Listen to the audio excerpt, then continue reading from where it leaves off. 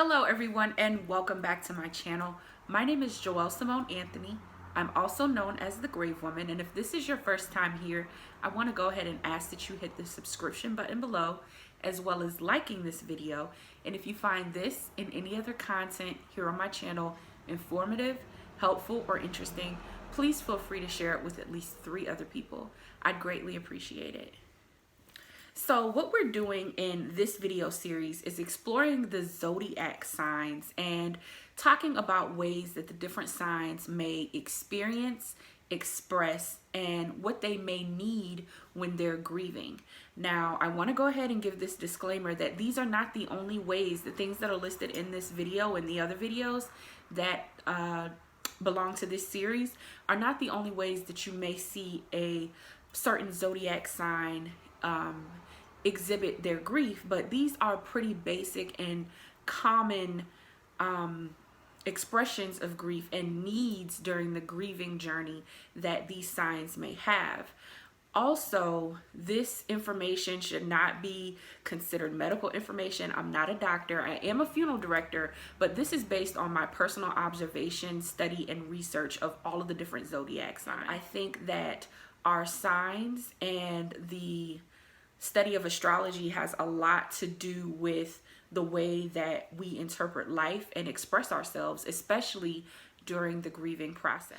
If you see me look to the side, it's only because I'm referring to the notes that I've taken. I've done a lot of research and I am reading directly from my notes. I also will list the link for the blog for each of the signs in the description box below, so feel free to check those out. I also encourage everyone to do their own research and learn as much as they can about their sign and the signs of those that they interact with on a regular basis. Aquarius is the 11th sign of the zodiac, and believe it or not, they're actually an air sign.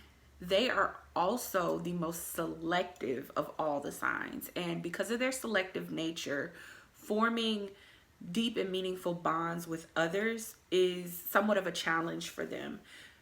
This means that when they experience a loss, they actually feel it on a deep and intellectual as well as emotional and spiritual levels.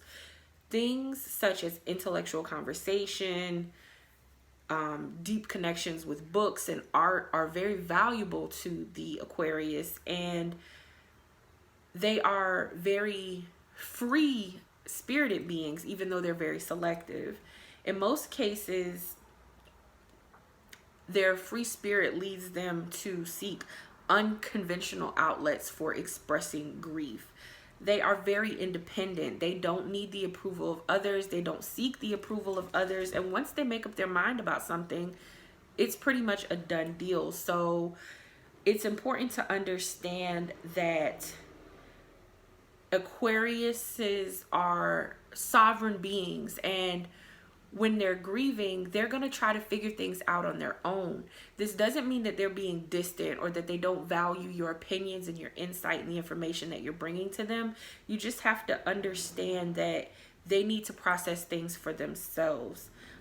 They're most likely to make a big life change, like a move or a haircut or color change, or buy all new furniture, or just try to change their environment when they're experiencing grief. The best way to support Aquarius during the grieving process is to give them their space and honor their choices without criticism. When they're ready to open up about what they're feeling, they will. And if they decide that they don't want to open up about what they're feeling, they're not going to do it. Do not try to force conversation and connection with an Aquarius, because it's only going to push them further away. Give them space, let them take all the time that they need, respect their choices, and just let them express their freedoms while they're grieving. You can visit my website, www.thegravewoman.com. The link for the blog that corresponds with this video is listed in the description box below. Please feel free to share this and any other information that you find on this channel with anyone who you think can use it. You can also connect with me on social media at The Grave Woman Everywhere. Thank you so much for watching. Live life, love hard, and I'll talk to you next time.